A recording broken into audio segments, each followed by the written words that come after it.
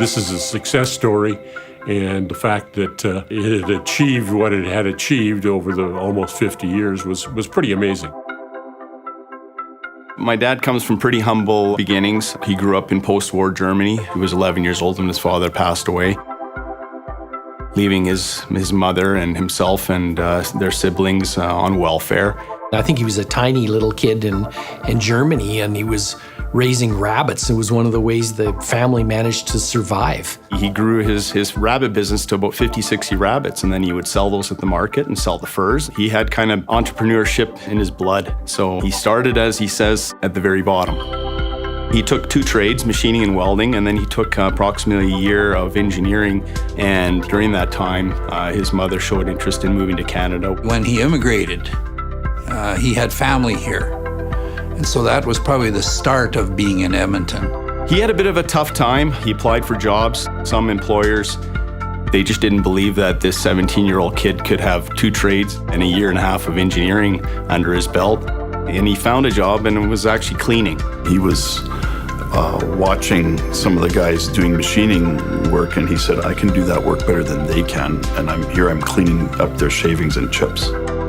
Within no time, he went from cleaning the shop to actually becoming a foreman of the shop. Took those skills and moved into starting his own business with a couple other business partners. He arrived here with virtually nothing, and when you look at the business that he built, he's a pretty remarkable individual. At that time, it was called Universe Machine and Welding. It became known as a real problem-solving machine shop. He'd think about providing a service that nobody else would do. He actually did work for his competitors.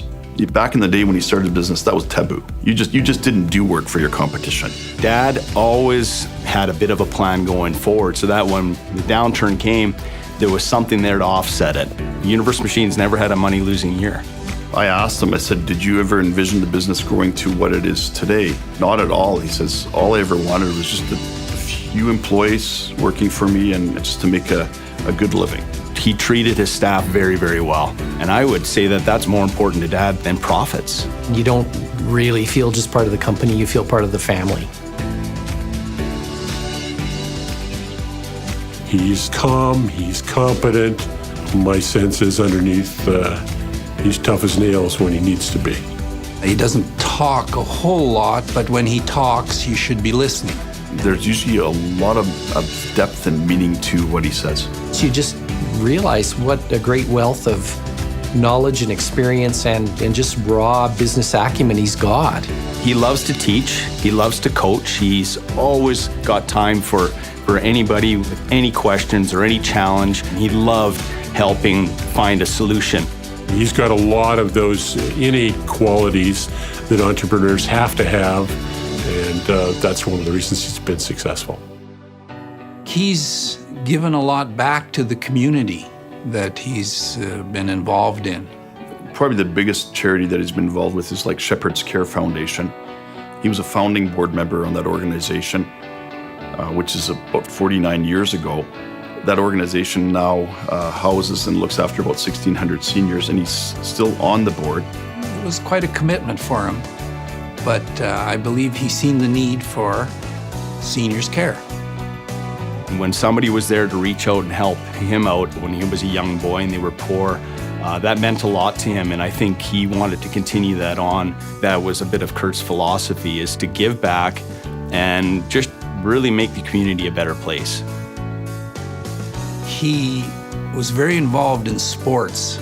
Always had some comments about the Oilers. Had lots of comments about the Oilers just today, as a matter of fact. He knows the business inside out, and so it's always refreshing to talk to an owner who's been on the shop floor.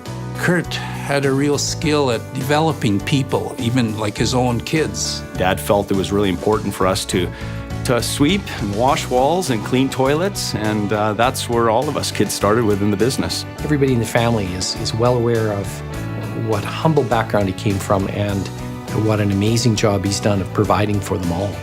He just was a person that worked hard and cared for people. Being an 11-year-old that loses your dad and you're left on welfare, he remembered how tough that was.